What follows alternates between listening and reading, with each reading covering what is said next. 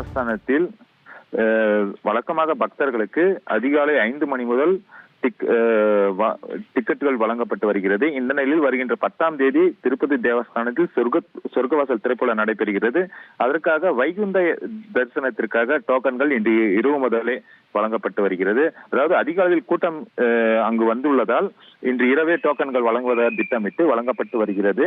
அதற்காக இன்று பாத்தீங்கன்னா 30,000க்கும் மேற்பட்ட பக்தர்கள் அங்கு குவிந்துள்ளார்கள்.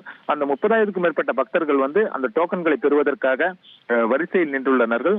அப்போது ஏற்பட்ட தள்ளுமுள்ளுவில் அந்த பக்தர்கள் பாத்தீங்கன்னா 4 பேர் படுகாயமடைந்தனர். அதில் ஒரு பெண்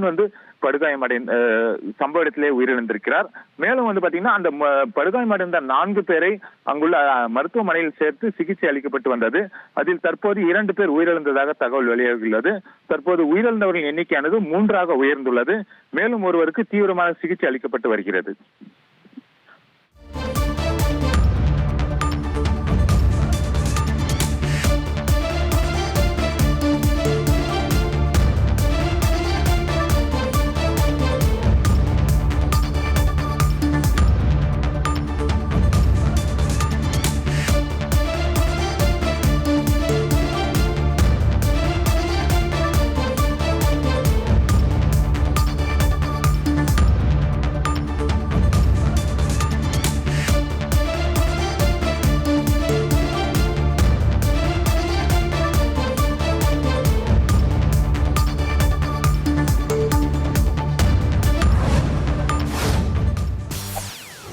செய்திகளை உடனுக்குடன் தெரிந்து கொள்ள உடனே சப்ஸ்கிரைப் பண்ணுங்க.